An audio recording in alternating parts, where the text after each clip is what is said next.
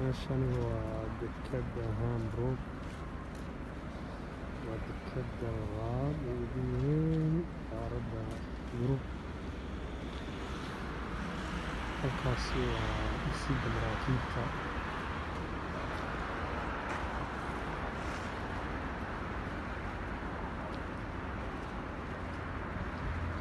dekedan waa deked aad u weyn oo aad u mashquul badan halkaanina waa taageero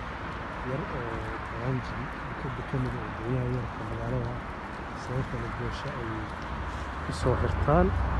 hase ahaatee wiishasha shisheeye ka muuqda aragtaan waa meelaha maraakiibta ka kala yimaada oo dunida ay ku soo xirtaan ma kow iyo laba maahan muuqaalkaan yarka halkan ka duulay waayo dekeda oo dhammaystiran dusha sare in laga sawiro mooyaane ma telefoon gacanta ama kamarad waxa looga duuli karo maahan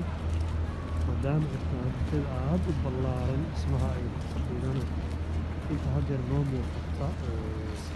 baarkeed